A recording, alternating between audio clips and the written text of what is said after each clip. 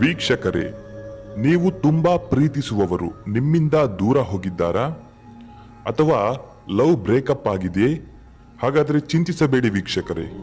ಈ ಒಂದು ವಿಡಿಯೋದಲ್ಲಿ ಒಂದು ನಿಂಬೆಹಣ್ಣು ಹಾಗೂ ಲವಂಗದಿಂದ ಸುಲಭ ರೀತಿಯಲ್ಲಿ ವಶೀಕರಣ ಮಾಡಿಕೊಳ್ಳುವ ವಿಧಾನವನ್ನ ತಿಳಿಸಿಕೊಡ್ತೀವಿ.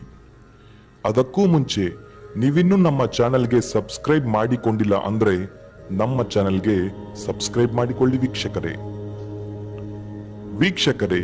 ಈ ಒಂದು ತಂತ್ರವನ್ನ ಮಾಡಲು ನಿಮಗೆ ಬೇಕಾಗಿರುವಂತಹ ಸಾಮಗ್ರಿಗಳು: ಒಂದು ನಿಂಬೆಹಣ್ಣು, ಲವಂಗ 2 ಹಾಗೂ ಸ್ವಲ್ಪ ಕುಂಕುಮ. ವೀಕ್ಷಕರೇ, ಈ ತಂತ್ರವನ್ನ ನೀವು ಭಾನುವಾರದ ದಿವಸ ಮಾಡಬೇಕಾಗುತ್ತೆ.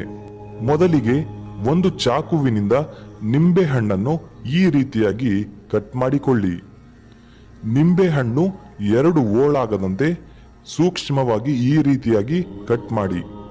ಕಟ್ ಮಾಡಿದ ನಂತರ ಆ 2 ಲವಂಗವನ್ನ ತೆಗೆದುಕೊಳ್ಳಿ. ಆ 2 ಲವಂಗವನ್ನ ಈ ರೀತಿಯಾಗಿ ನಿಂಬೆಹಣ್ಣಿನ ಒಳಗೆ ಇಡಿ. ಇಟ್ಟ ನಂತರ ಕುಂಕುಮವನ್ನ ತೆಗೆದುಕೊಳ್ಳಿ ವೀಕ್ಷಕರೇ. ಕುಂಕುಮವನ್ನ ತೆಗೆದುಕೊಂಡು ನಿಂಬೆಹಣ್ಣಿನ ಒಳಗೆ ಸ್ವಲ್ಪ ಹಾಕಿ. ಇದೆಲ್ಲ ಆದ ನಂತರ ಆ ನಿಂಬೆಹಣ್ಣನ್ನು ಈ ರೀತಿಯಾಗಿ ಕೂಡಿಸಿಕೊಳ್ಳಿ, ಕ್ಲೋಸ್ ಮಾಡಿ. ನಿಂಬೆಹಣ್ಣನ್ನ ಕ್ಲೋಸ್ ಮಾಡಿದ ನಂತರ ಅದರ ಮೇಲೆ ಪೆನ್ನಿನ ಸಹಾಯದಿಂದ ನೀವು ಯಾರನ್ನ ವಶೀಕರಣ ಮಾಡಿಕೊಳ್ಳಬೇಕು ಅಂತ ಇದ್ದೀರಾ ಅವರ ಹೆಸರನ್ನ ಬರೆದುಕೊಳ್ಳಿ.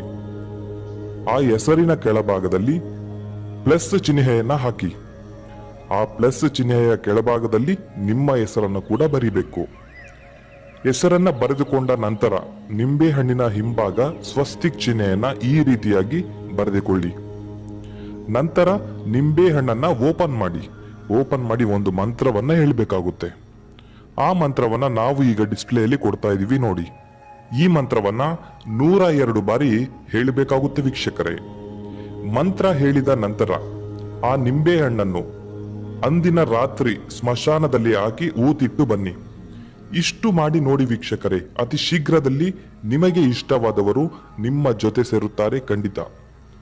ಒಂದು ವೇಳೆ ಇದನ್ನ ಮಾಡಲು ನಿಮಗೆ ಕಷ್ಟ ಆದ್ರೆ ಈ ಕೂಡಲೇ ಈ ಕೆಳಗಿನ ದೂರವಾಣಿ ಸಂಖ್ಯೆಗೆ ಕರೆ ಮಾಡಿ ನಿಮಗೆ ಅತಿ ಶೀಘ್ರದಲ್ಲಿ ಶಾಶ್ವತ ಹಾಗೂ ಸುಲಭ ರೀತಿಯಲ್ಲಿ ವಶೀಕರಣವನ್ನ ಮಾಡಿಕೊಡುತ್ತಾರೆ.